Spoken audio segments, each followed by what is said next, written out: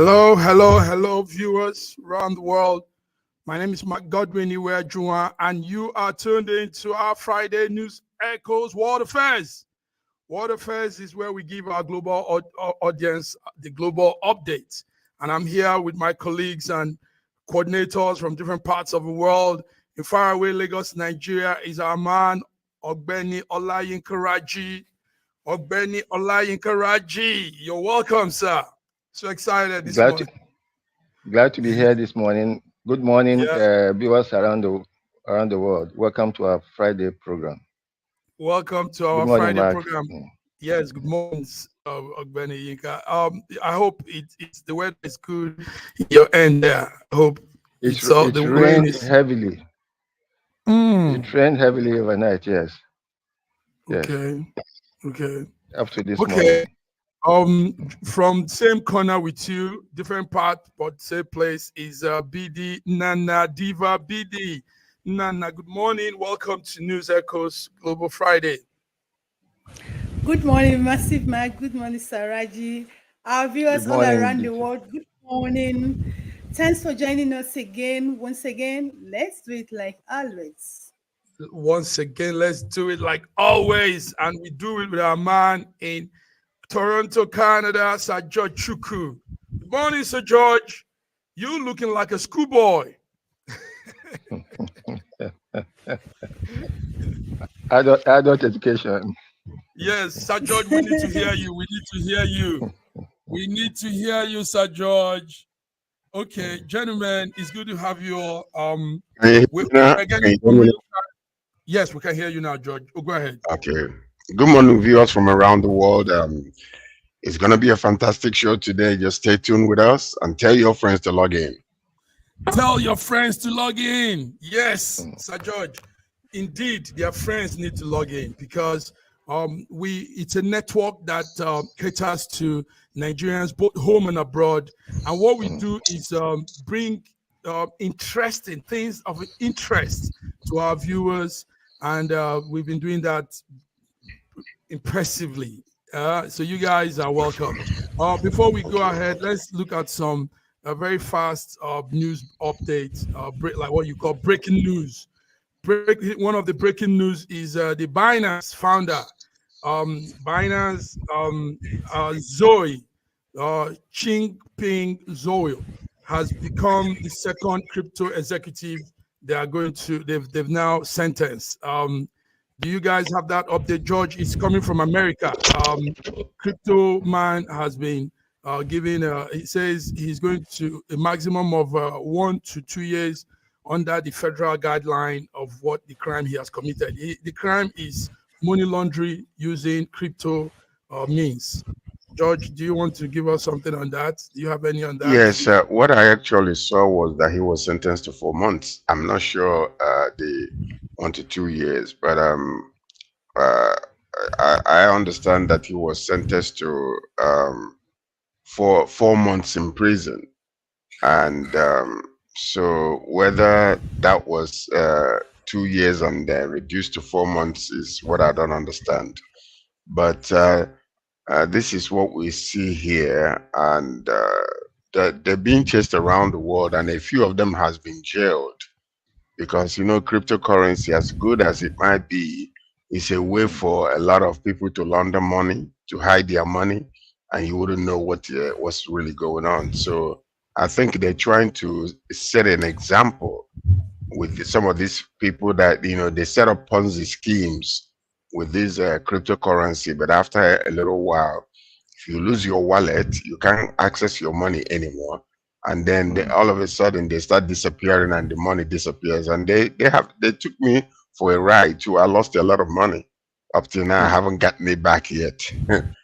so that's what it is. That's what it is. So viewers looking at the screen, that is the Binance founder there, Chingpeng Zone, and he has become the second crypto executive to be sentenced to prison. Yes, George, he says 4 months prison sentence was handed over to him after pleading guilty to violating U.S. money laundering law and international. So, Raji, Reggie, do you have Yes. anything on that? Is that coming as a news to you? No, it's not news to me. It's not news to me. But as George has said, there are a lot of things that are shady and that are clouded inside cryptocurrency, and there's no control whatsoever from anybody else. No control whatsoever from anybody else. Yeah, BD, you could use all your money. Yes. Yes, you could lose all your money. BD, what do you have any news on this? Because you were telling us then that federal government did wrong also allowing these people in the first place in Nigeria, and they swindled a lot of people. Some families are crying now with what they've done to them. So tell us, BD. The sentence they sentenced this man is not actually directly for money laundering, but for his inability to establish a base for that. That was actually one of the reasons why he was sentenced for this, to establish anti-money laundering program for Binance. Do you understand? His inability to establish anti-laundering program for Binance. That was actually the major reason for sentencing him to this 4 years in prison. 4 months. And I think it's a good one. 4 months. Yeah, 4 months. Sorry, 4 months. 4 months. I think it's a good one. And if they should follow it up, it will actually teach a lot of people and tell a lot of people that it's not let's come and drink beer like as usual before. I think what they did is good, and the Binance body too should do something better, knowing that the government or globally they are not comfortable with the way they are running this Binance thing.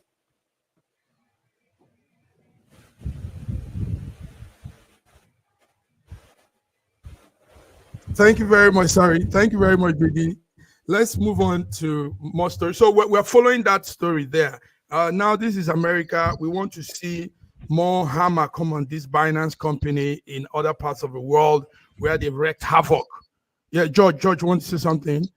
Yeah, because I just wanted to lighten that, they were saying that it was a lighter sentence, 4 months behind bars, compared to Sam Bankman-Fried, who received on March for $8 billion,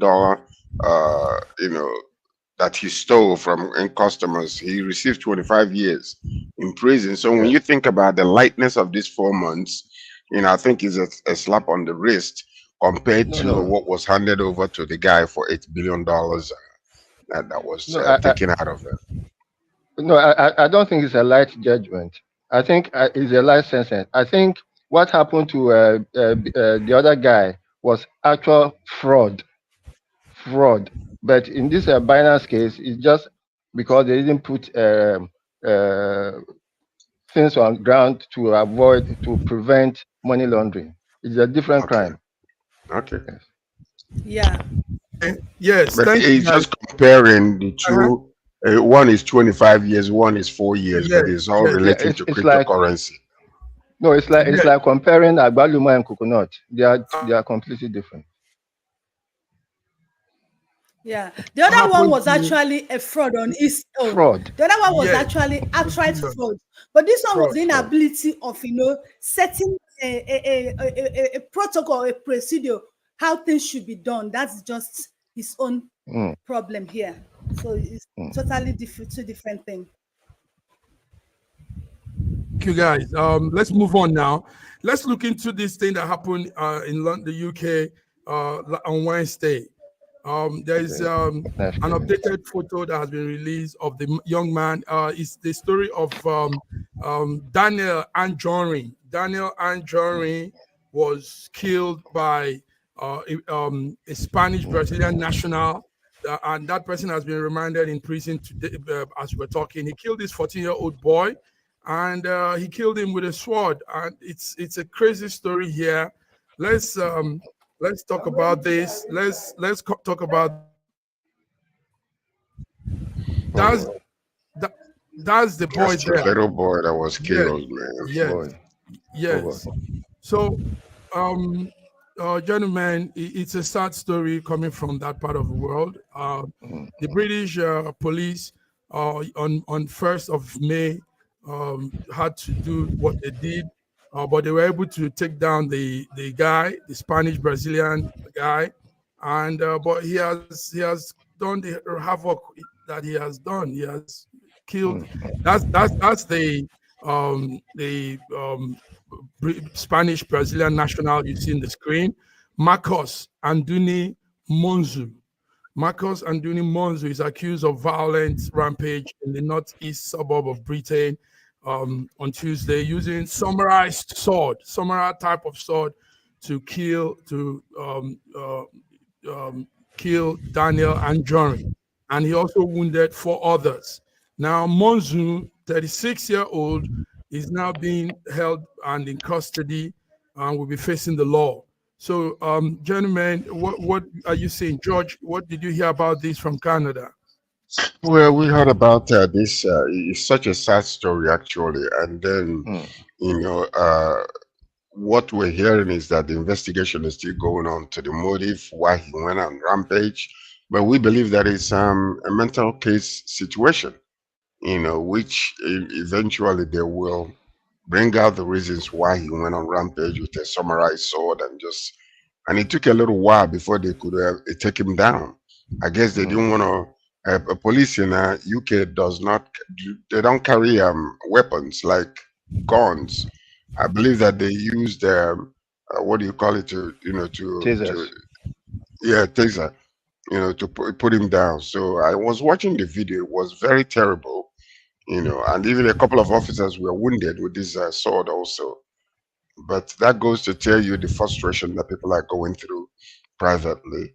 And physical sickness is one thing, but mental sickness is becoming such a dire situation that masses are dying simply because of that. So we need to kind of find a way to help people out. Even when we hear from friends or whatever, if you have somebody who is behaving unusually, I think it would be best to just call the law, let them deal with that individual, and then prevent such catastrophic happenings, from taking place. Because casualties are increasing in the US all over the place. People are going bonkers. People are going bonkers. Yeah. Bonkers.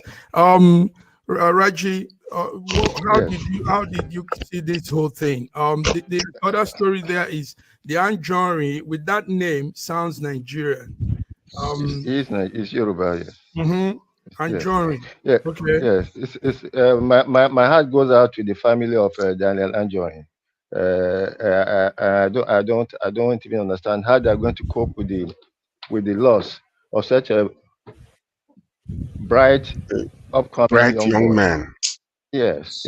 May God give them the strength and comfort to bear the loss. But recently there have been a lot of recently there have been a lot of knife crimes across England, and it's becoming more and more troubling. While it may seem more benign compared with the gun crimes in the US, knife crimes are very, very too personal, and I think something should be done to curb that the incidence of knife crimes. There have been so many knife crimes. Yes, so many knife crimes. BD, the knife crime is ravaging the UK. While America has the gun crime, UK is knife crime. Now, there is a spreadsheet of the statistics. I'm trying to bring that to the screen of the people killed so far by knife crime, too high. And in most cases, they are young Black people. It is the young Black people that are more victims of this whole thing. BD, I know you monitor events. How is this whole thing? Anjorin being killed by a sword by a man he doesn't know coming from school. Yeah, the 14-year Anjorin, Daniel Anjorin, is a Nigerian who was walking back from school, and he was killed by this Spanish Brazilian national in London. Now, if you check the history, the report, within 2022 and 2023, England have witnessed over 20% knife crime cases. It's been on rampage. Now, for a state that is on top of its work, security, they've displayed to us, they've presumed to us that they know what they are doing.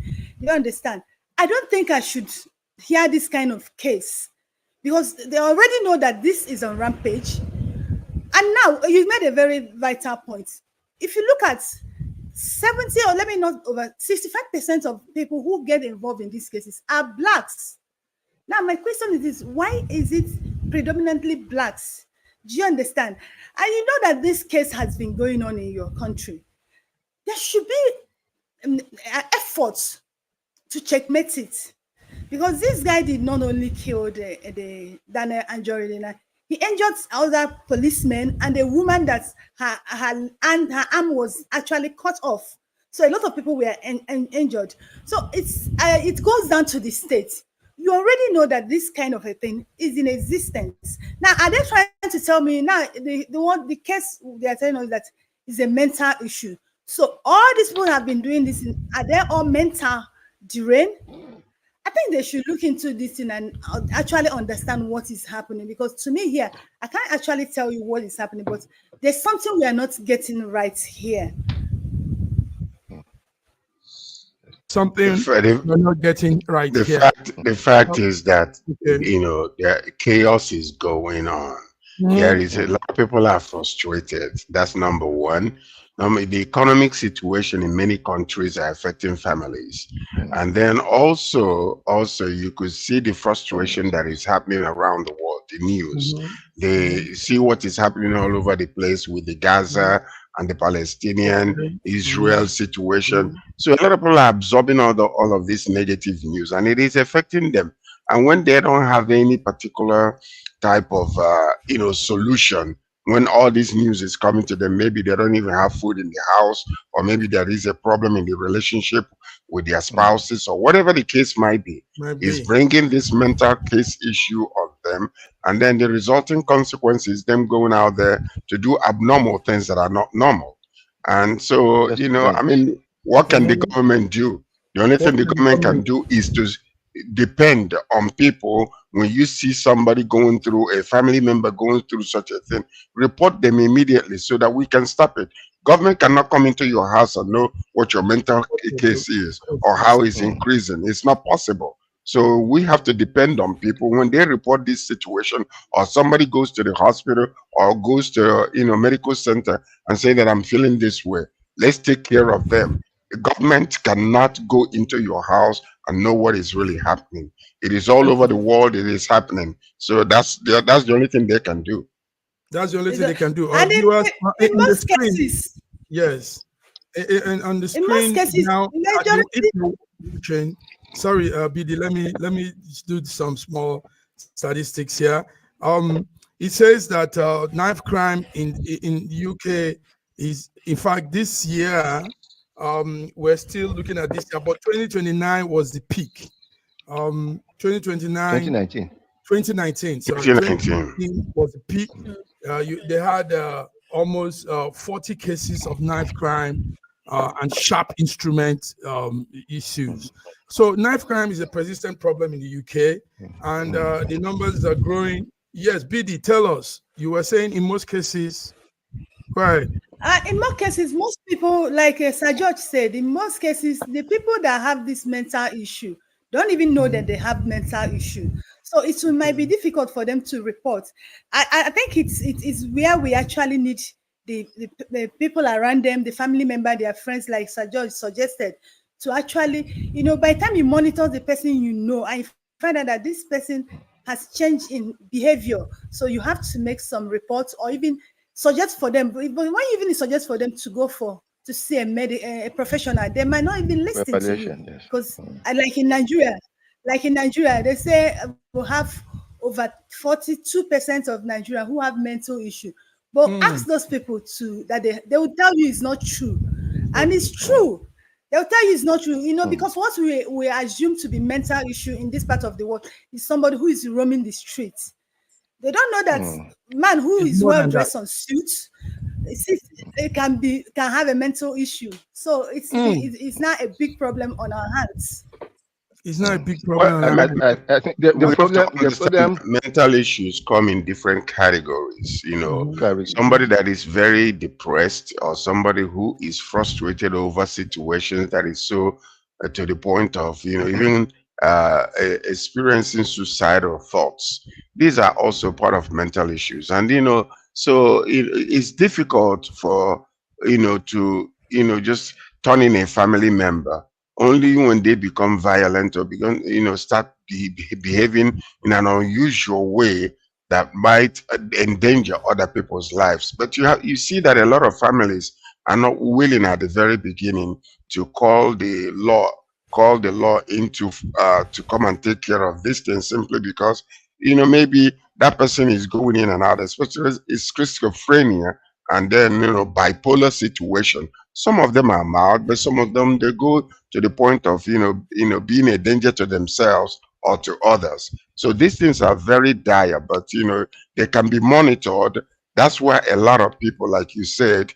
many people will think that they're thinking normal when what they're doing or what they're thinking of doing is abnormal. So we need to check them, checkmate them, call the law, let them check the person out, and ensure that they're not going to harm themselves or harm others.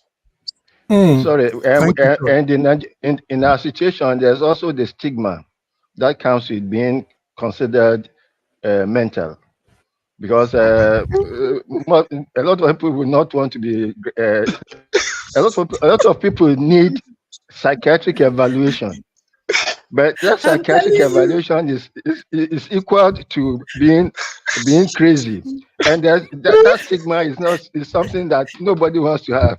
I'm gonna share something. Hold on. I was in Nigeria. I was visiting Nigeria, and jokingly here, you can tell somebody in a chat and say, "Daddy, you're crazy," and then it's nothing because they don't consider it a mental issue. So I was discussing with a young man, and I just say something like, "I say, you're crazy, man." And this guy took this thing serious and wanted to fight me. It's like, what, sir? You say I'm crazy? What do you mean I'm crazy? I said, no, I'm just joking. No, you don't joke like that. And that is how serious what Raji is saying is. If you open up your mouth and say something like you're crazy to somebody, they're willing to kill you. And that was exactly what happened. So a lot of people that are misbehaving, even when you mention that word crazy, they will lose their mind. They're literally. Thank you very much.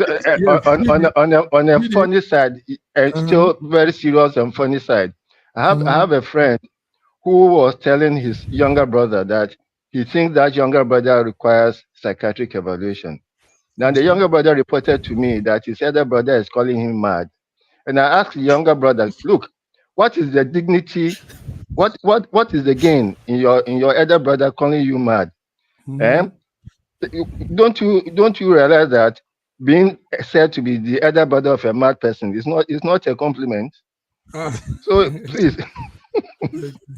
So listen. Okay. Anyway, the sad news is this young 14-year-old Daniel Anjorin has passed on, and just for nothing, careless, wicked, uncontrolled people walking the streets, and the Brazilian Spanish Marcos Monzo has done this evil. So we our condolence to the family of Daniel Anjorin. We hope, apart from doing this all the time, we hope the British government will really look into this mental issue case and knife attacks that has become rampant in Britain. Thank you, gentlemen. Let's move on now. Let's move on to other stories. We want to look into some issues that somebody here just wrote a message on.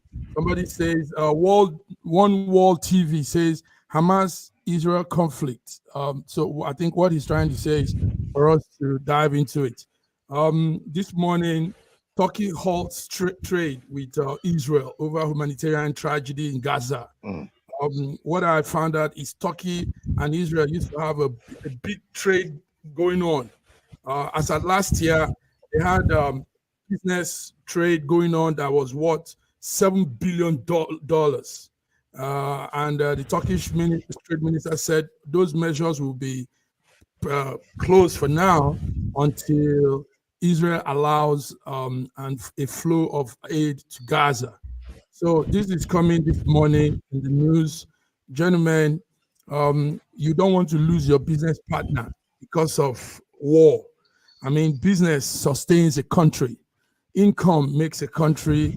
And when Turkey now has a business that's about 7 billion with Israel, and now he says he's halting that business, I think Israel needs to consider. George, what do you think? Well, there are different facets of this particular story here, because we saw the response from Benjamin Netanyahu, talking about the Turkey leader also, all the atrocities that he's committed. But the historic aspect of it is one that Turkey was one of the first countries to recognize Israel in 1949 when they first became a nation after 1948. And then they have been having some issues every now and again. But what came out this particular time is that Turkey is basically supporting Hamas. Yes. And that's why Israel is not happy. But when it comes to the aid that they are using as an excuse, to halt the businesses and all that kind of stuff, reports have come out that most of this aid that is being given to these people are being hawked on the streets. They are selling the food. They're not giving it to the people. Wrong people are picking up this food and displaying that food and selling it for money. So, it's just a catch-22 situation where you don't know what to do. Now, the food is being sent, and the ones that are arriving, people are now taking advantage and selling it to the same people that you're supposed to be giving the food free of charge. So the problem here is that the world is in a chaotic situation concerning these two things.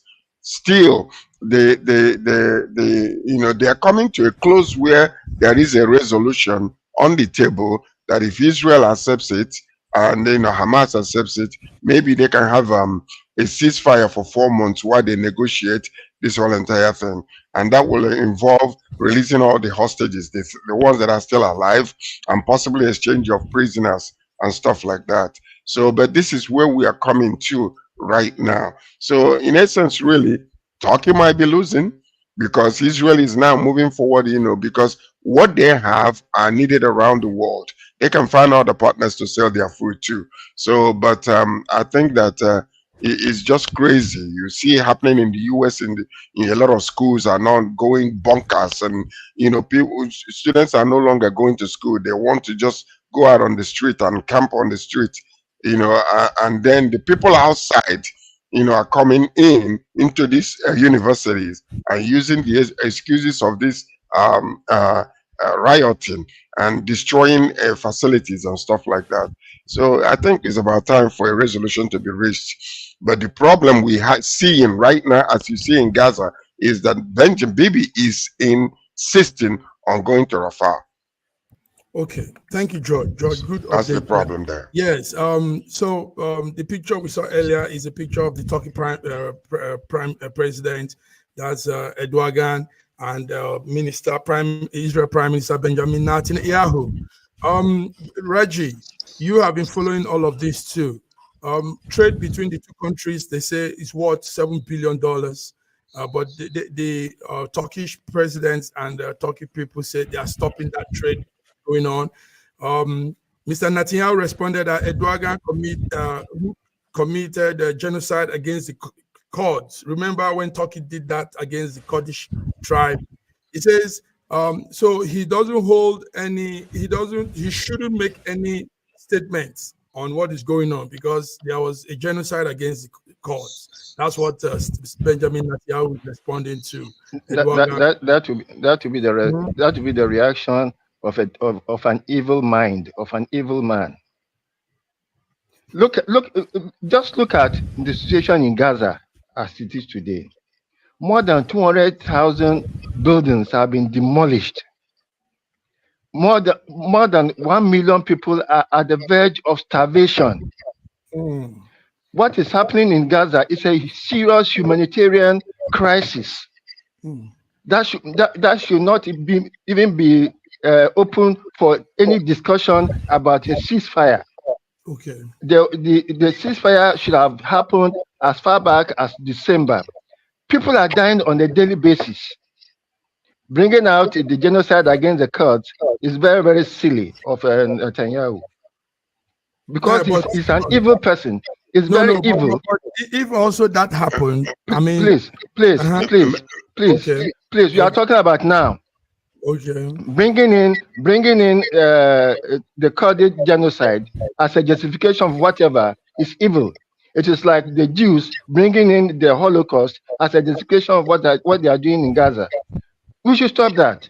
Let us look at the situation as it is now. 1 million people are at the verge of starvation. More than 200,000 buildings have been destroyed. There are no hospitals anymore in Gaza. More than 30,000 people, majority of them children and women, have been killed.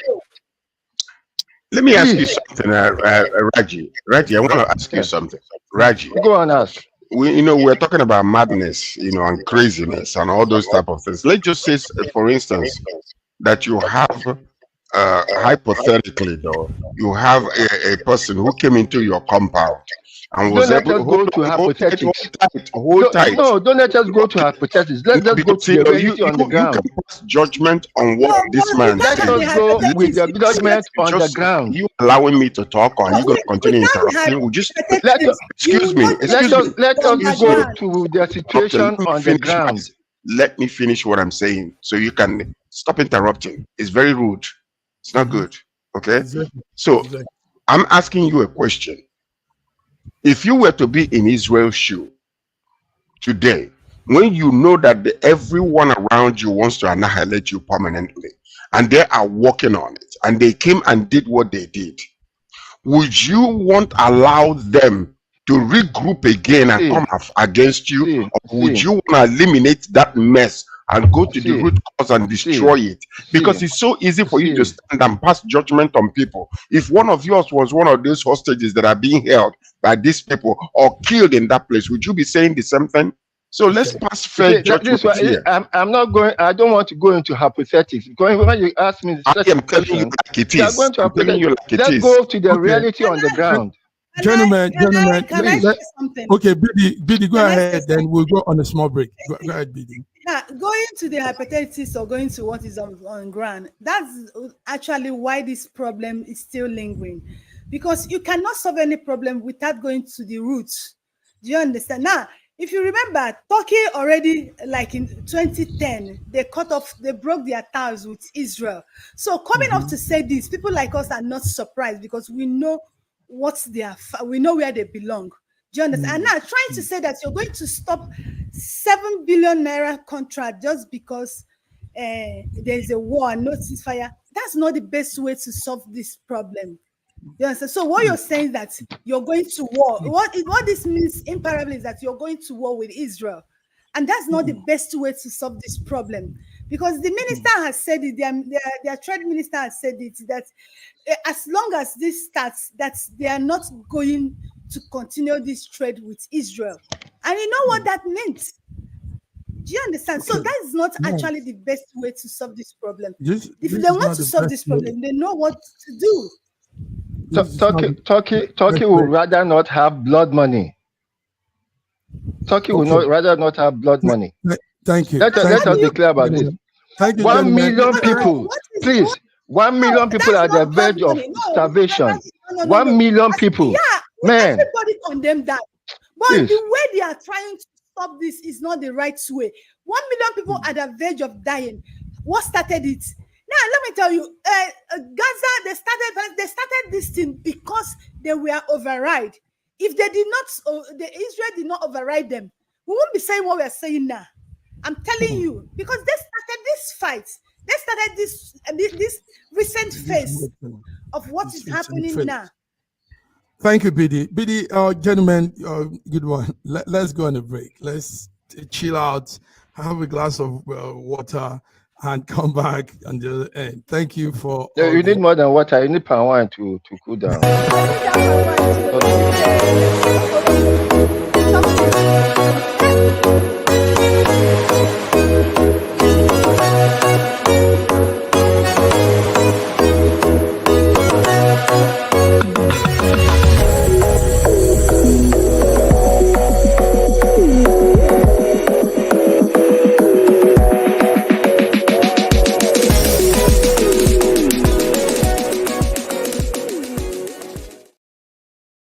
Call us now for your clean and perfect inverter and solar installation.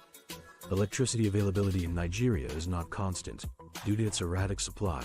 A perfect inverter installation will provide you a full power control in your office or home while our so-called PHCN remains the best. Call us now for your clean and perfect inverter and solar installation.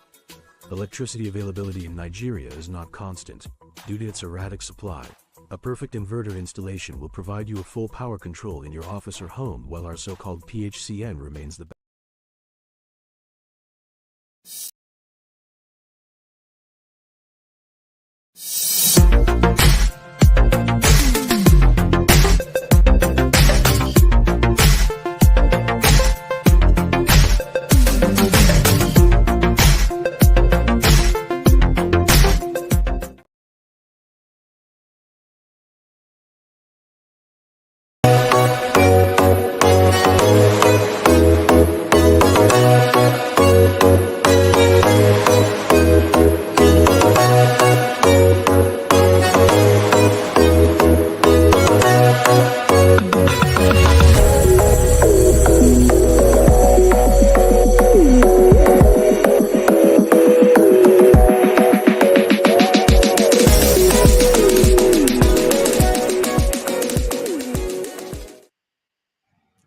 Viewers, you're welcome. You're tuned back into FSM, our Friday World Affairs. Thank you, Sir George. Thank you, Benny Raji and Diva Bidi. Other things are also happening around the world. Let's smile a little. Let's smile with this news of a Nigerian woman. Yes, a Nigerian woman that has painted nails for 3 days, and she's looking at getting a Guinness World Record. Yes, Guinness World Record is coming for one of our sisters, one of our daughters. She's called Lasha Dokar, a 19-year-old lady from Jos Plateau, one very beautiful part of Nigeria. She embarked on a 72-hour nail painting, and she's been doing that for some time now. So she's going to, what they're doing now is going to the assessment. Guinness Book of World Record, GWR, will have to review her attempts, all she submitted, evidences and everything, and therefore be able to ascertain if she has qualified. So, gentlemen, I want us to smile. That's why I'm bringing this up. I know it's tensed a little. Bidi, you're a lady. Yeah. How do you feel? A lady is trying to break a record for nail polishing, fingernail, adorning the fingernail with blue, pink, purple varnish, and she's been doing it for 3 days. First, congratulations to her, because every effort is an effort. Congratulations to her. I'm happy for her. She has achieved her aim. She desired and she has achieved it. Now, apart from that, please, I want to educate Nigerians. Guinness World Record does not pay anybody. Whatever thing you're doing it for yourself, for fun, for visibility. Because the way Nigerians are dragging this paper now, this book, we are about tearing this book. It's becoming too much. Maybe probably one day I'll come and do a break news for the presenter who will talk for hours. No, we are abusing this thing. Honestly, I must be frank with you. Waiting now. We are all actually abusing this. Everybody wants to break the record. We'll soon tear this record, though. Anyway, but in this girl's case, it looks like a sweeter reason. She's a nail technician, and she's been working professionally for 3 years now. And she says she wants to use this to put northern Nigerians in the spotlight. She's from a part of Nigeria called Jos Plateau. Yes, it's actually central Nigeria, not really core north, but that is one state that people neglect to. I mean, most times we don't really look that side. And yeah, I like her reason. I like a couple of times. I like her. The point, I like her reason. point is this. Okay. The point is this. The point is this. We should not discourage our people in any way whatsoever. The world has been clamoring over these things, and they have been winning in different areas. But now Nigeria is emerging because we are waking up to the international things that are happening internationally. So if we have those, the willpower to do things like this, let's go for it. Because if you look at statistically, the people that have occupied those space in the Guinness World Book of Records, Nigeria was nowhere to be found. It was only recently that we started seeing, and then people thinking that it is possible, we can do it. And you see different facets of people coming from different areas, trying to claim something. They know that there is no money. There might not be any financial reward, but the name is out there and it makes us proud. So we should not, discourage them. If you have your own, you can talk if you want to talk for 1 week, non-stop, no sleeping. Let's do it, BD. Let's break that Guinness Book of Records too, because we want you to be out there. We want the name of Nigeria to be on top. So there is nothing wrong with that. I encourage them. If you think you can, go for it. Win it and put us on the map again. Put us on the map again. If you think you can, go for it and put us on the map. George, that's a good one to say. A call up to action. And of a truth, I want to also support you on this. Nigerians have taken to this. Africans have taken to this. Not only Nigerians, Africans are also trailing behind. And it's not bad because one thing about such things is it puts people on the map, really. And it also it gives you one sense of achievement. I've done this. Because the Guinness Book of Records is there, the company is there, that company is there, and if you don't do it, somebody else might do it. Somebody will do it. Do it. Go do it if you can. That's right. We're also here in SSM to support anybody that wants to have a live coverage of what they do, and we also want to encourage people to do, but don't do the ridiculous one. Don't do the out of crazy type. I mean, somebody said she wants to have sex with all men for days. That's crazy for me. My hand, George, my hand. The book of records for that too. The book of records for that. No, the book of record is Solomon. He's still the winner up to now. Solomon is still the winner. SSM will not join you to do anything of such. We're not with you on that. Okay, guys, let's go on. Our man from Russia is not here, but there is something brewing in from Russia, from Africa and Russia. The new political relationship and diplomatic relationship between Russia and Niger is blossoming every minute. What we saw yesterday is that Niger has told Americans, the citizens came out to the street to tell Americans to go. And they said, Russia, we love you. And, this was live videos we saw on Al Jazeera. So Russia and U.S. troops also have been operating in the same military base, Crazy as it may sound, but that's what is happening. And that's the picture you're seeing there. Now, what America is doing is almost like forcing itself to be in a country that say they don't want them again.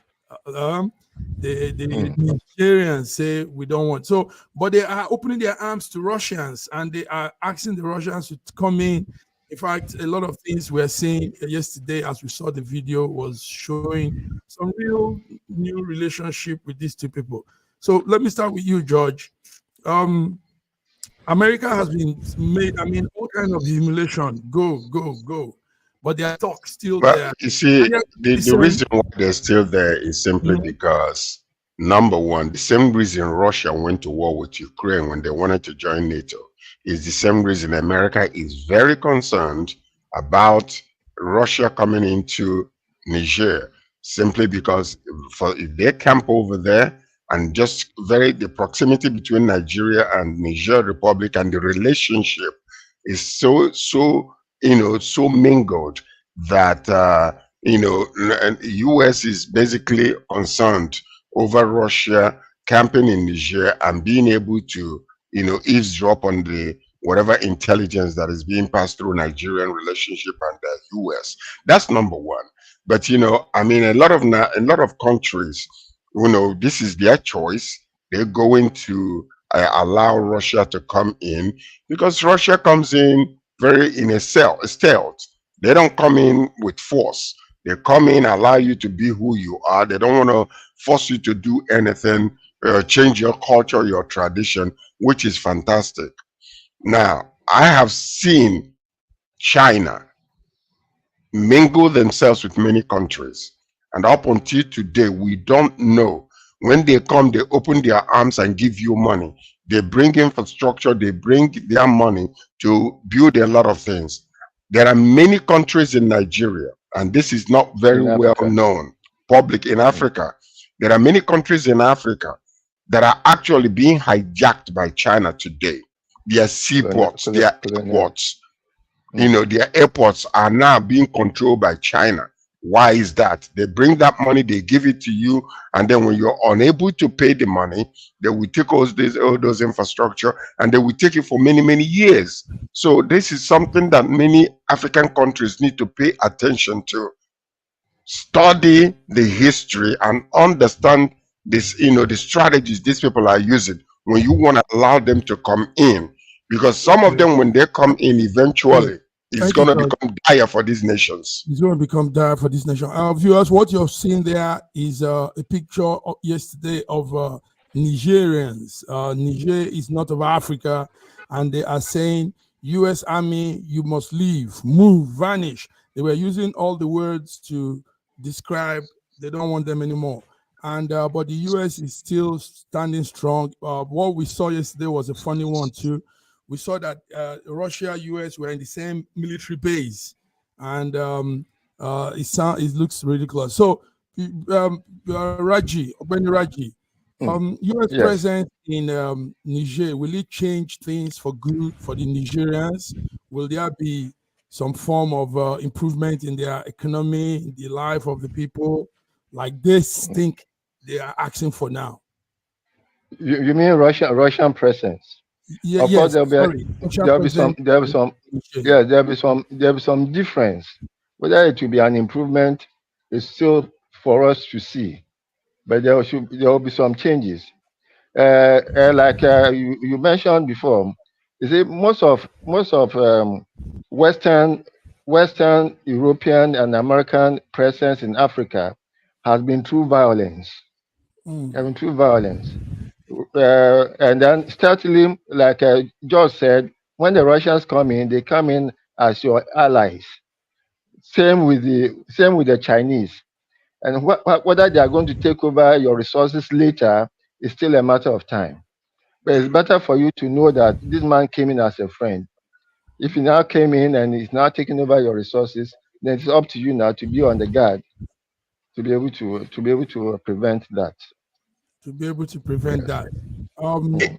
You see, can I say something? Can I say something? You see, one of the major problems we are having now, we still have this beggarly mentality. We have all the resources that they need, but we refuse to collaborate with one another in Africa to put it together a consensus that a common level of understanding among the nations, so that we'll be able to deal with our external continents. But what is happening is Russia will come with a lot of wheat, and then you eat like Esau will eat away his birthright. And then all of a sudden, China will come with a lot of money, open arm. How much do you need? I'll give you an open check. Take, go. What do you want to build? Let me bring my people there. And that's the way they begin. And why is this happening? Because of mismanagement of resources. Our leaders are so myopic and blind to the point that they don't look in the future. They just want to enjoy themselves. If I eat today, I die tomorrow. Let the people suffer. It doesn't matter.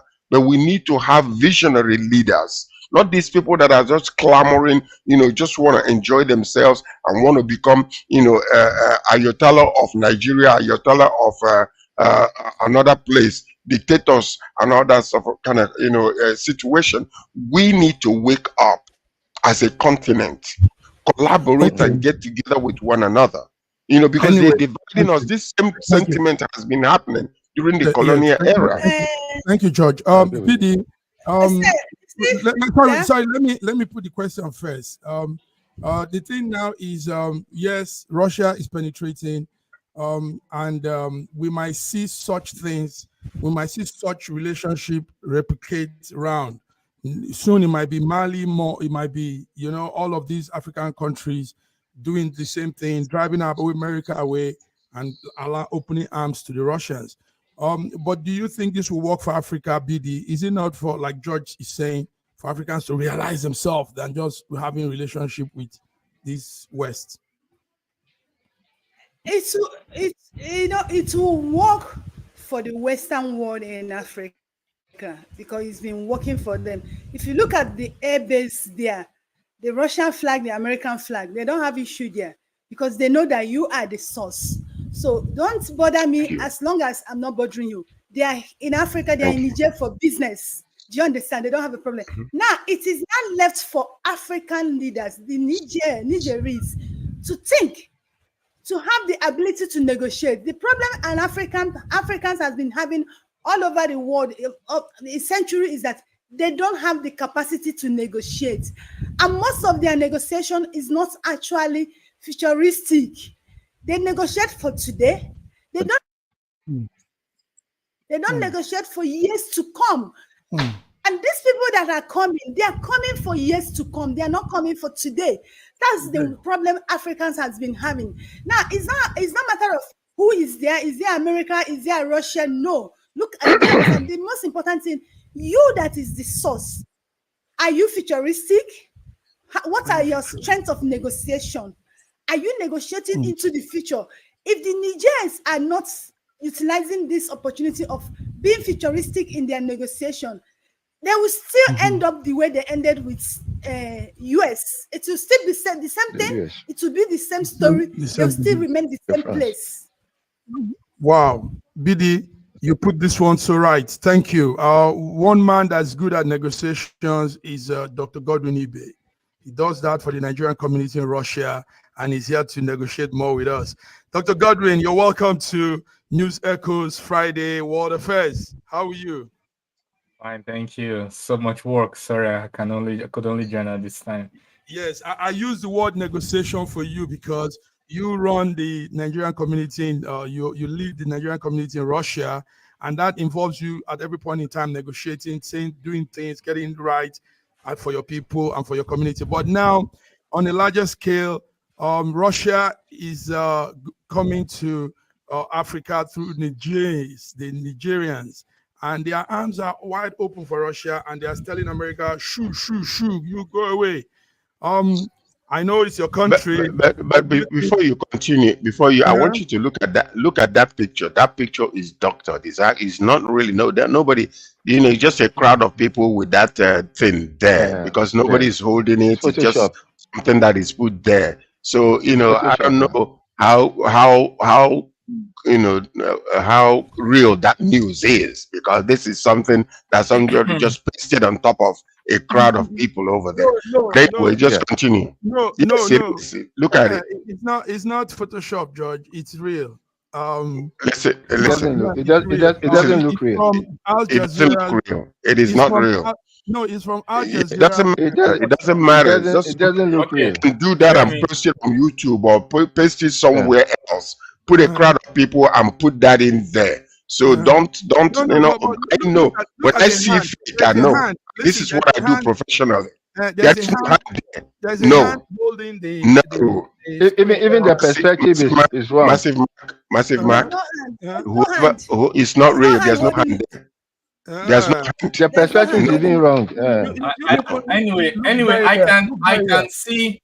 Look, I can see a hand holding it. I can see the hand holding it. There is no hand. No, there is no hand holding it. Sorry, there is no hand. But anyway, I'm not interested in the reality of it. I'm not interested.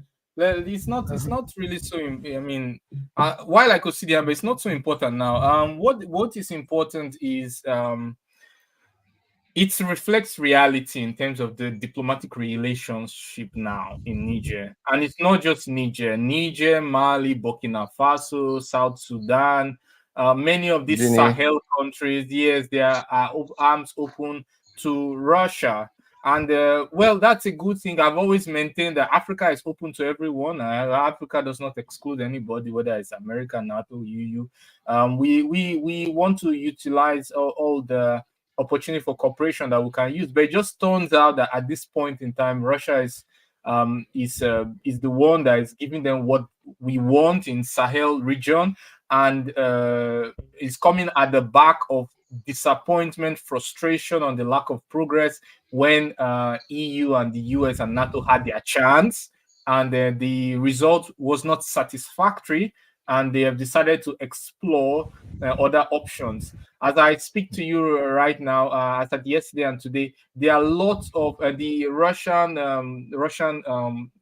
corps or the advisors are occupying the same base that the US was using. That they're staying in the same quarters, and they are, yes. That's what we said earlier. Yes. We said earlier. They are staying in the same base, the same facility, in the same base. But we also see the reception of people.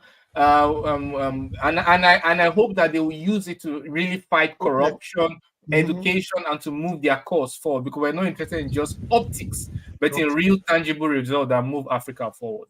Thank you very much. Can I say something? I know we have time. What the Nigerians have done is far more than that thing you're even saying that it's fake, and they've done loud mass street or movement. Yeah, can I say something? Listen to this. When you study international relationships with different countries, and especially with these superpowers, one thing that you are seeing is public is just a reaction. They're not responding because they are putting solutions where it doesn't even. They're looking for solutions when the problem is within the soil. You see, one of the major problems, we're clamoring and we're going after this country or after that country or after this country. The major problems we are having is still within us. Yes. If you don't change the narratives and the conversation within, and change the mentality and the belief system within you, it doesn't matter what country comes into you. They will use those leaders, abuse those leaders, and still the common people will still be suffering. So we need to really come together as a continent and begin to change our mindset from this beggarly mentality. Look at India, for instance. Elon Musk went to India and wanted to start exporting, bringing in, his electric cars there. Do you know what? They are still delaying it simply because you know what? They say, come in here, build your factory here, build your battery factory here, assemble those cars within us, give us jobs, and then we will allow you. We will give you, some concession when it comes to taxes. So these are people that are powerful, mentally powerful, and their leaders are leading them. And I told you, India has taken over from China, and China is shaking on their boots now. Thank you, George. Let's talk a little of business. Talking business, like George just started. As at this morning, Google is laying off about 200 of his core workers, and is going to India. What George just called now, Google is going to India India, Pakistan, and Mexico to source for workers, because they know that these workers will not be paid as much as their core team were being paid. So it's actually about cheap labor anyway, but they know that the technology is with India, Pakistan, and all these countries. So that's the business news we have there. This morning, Google has laid off 200 of his team, his workers, and is it there 200? India, Pakistan, and Mexico. 700. 700 this 700 morning. Okay. Yeah. That's even small. Okay. I was expecting like 20,000. Yeah, no, they'll cut more by the time it goes on. But we are also adding to what George has said about people building themselves, people equipping themselves with skills. And Nigeria, Africa, it's time for us to do this. We need to wake up. Build up time for us to wake up. Yes, if let's we go wake also up, to something lagging behind. Yeah, something that is also crucial this morning. There's an outbreak of a variant, a new variant in Congo. And the fear is it might spread through Africa if it's not checked. So, Dr. Godwin, there's a new variant of Mpox that has been discovered in Congo. Mpox, that's a picture of the hand of somebody that has it. The new form of Mpox has been detected in Congo. Scientists say it's spreading easily among people. So far, 4,500 suspected Mpox have been reported, and the World Health Organization is declaring it an emergency. And the fear is it doesn't escalate throughout Africa because we don't have much sanitary plants in Africa. Dr. Godwin, what do you know about the Mpox? Well, Mpox means monkeypox. Yes, monkeypox. Yeah, it's a variant of the smallpox. It causes the symptoms you saw, which include rash, scars. I'm surprised we still have it now because it's spread through animals and people, So usually when there's hygienic problems with livestock farming and sanitary conditions of livestock, then obviously we have all this kind of what you call zoonotic diseases. So hopefully we'll have to look into the hygiene, the vaccines, and curtailing isolation, being able to isolate effectively. And that has to do with the healthcare infrastructure, for example, amount of hospital beds, amount of wards to isolate highly contagious patients. Thank you. And of course, symptomatic treatment that's required.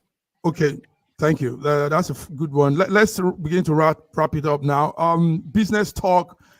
This sounds a little bit funny, but it's what's going on as of this morning. EU threatens the production of kebab. Kebab is that food we eat. I don't know if they have it in Africa. Now, there's an outrage in EU, whole of EU, because there's a proposal to force all the slice of meat in the kebab to be exact same thickness as Brussels wants it.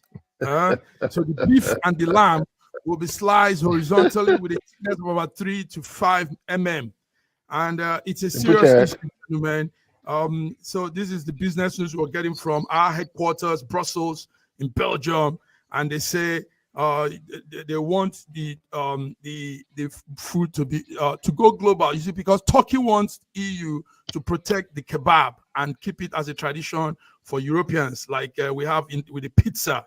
The Italian pizza is also one delicacy in Europe. So now, for it to be protected, the EU Brussels has said they have to conform to the format of serving it to eaters. So that's coming on our business news. Anybody has anything to say before we close? Actually, that's so laughable because of all the important issues going on in the world today, this is where they have stooped so low to control the slices and the thickness of it. So stupid.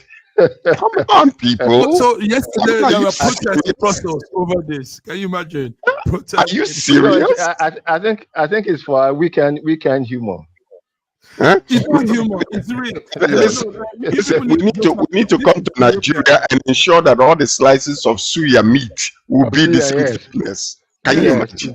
You put a ruler to it. Not this. Europeans. When I say European, I mean Western Europe, France, Germany, Spain, Malta, Italy, all of these countries here in Western Europe, they are particular about their health. They are conscious. Yes. Exactly. Not rumor. They are looking out for their people. Yeah. So how's that? There are more than 1,000 pieces of kebab. So you put a ruler to it, or put this what you used to use in physics. No, the thing now is they What want is it the connection? controlled in such a way that the meat is not too much. And What is the connection between the thickness and looking after people? Please tell me. I don't understand. I just want to know, what is it? There is none, no connection. I can decide to eat. Okay, listen to the connection. When people eat right, Europeans, like I said earlier, are particular about health, eating, and all this. They are very. It's an issue here. It has nothing to do. So what is the connection between health and thickness? There's no connection, because even if you're slicing it 1 inch or 2 inches, if you slice it 1 inch, I can decide to eat the same quantity, the same pounds. If you slice it 2 inches, I can decide to eat the same pounds. It don't have nothing to do with that. This is just frivolous, concentration on mumbo jumbo that doesn't need. They need to wake up and stop that nonsense. BD, tell us, BD, please tell us. What is I asked a real question. I'm really interested, curious. What's the connection between thickness of kebab and health? Now, when the thickness is like, it gives you more nutrients. Now it should be bigger. What you get more. But when it's lighter, it's small. It's like getting. But you can be wider instead of thicker. But it can be wider instead of thicker. Volume is length times breadth times height. When it's Volume wider, is length times breadth times height. No, now you people need to know that why Europeans are bothered also about this is the pizza, the kebab brings in 3.5 billion income to Europe to the production. Yes. So that's a big business. It's not. I mean, this is. They don't have the. They may as well. There has to be administration on it. There has to be. If I remember my it's so stupid. It doesn't make sense. You use a caliper to check the thickness. So, sorry, just 1 minute. If I remember my mathematics well, a volume of cylinder is 4/3 pi r cube. Is it not so? Yes. What? All right, gentlemen, guys, listen. We've done it. I know it sounds ridiculous. That's why I said. Is it wokeness on the kebab level? Yes. What you guys are laughing over is a serious issue in the headquarters, Brussels. I can imagine how serious it is. That's it. It's a function of not having anything to do. Well, yeah, that's why there's a lot of protests against EU. But you know, George, you might not know this because Americans don't care about food. They want to eat as much as they can. But here, it's an issue. We are very. Let me tell you, it's individual decision to choose how much they want to eat. Whether you slice it to be so thin, 0.5 millimeter, or 1 millimeter, somebody can decide to eat the same quantity. It doesn't matter. I mean, what is this? It just doesn't make any sense. Let them concentrate on bigger and better things than this nonsense. They'll not look at the size of lettuce. France shouldn't hear about this. France shouldn't hear about this. Because they already have a long list of reasons to protest. You not add another one. My God. They will go. All right, guys. No, very soon you come to lettuce and tomato sizes. Until we come your way, keep eating our African food. African food is the best. If we don't slice, no measurement. We eat our. It's called soul food. No measurement. Very nourishing. The soul food gives you soul. And the suya is amazing. The taste with the peanuts and all that. All right. Yes. Bye bye, guys. Have a beautiful. Have a nice weekend, guys. Great weekend, everyone.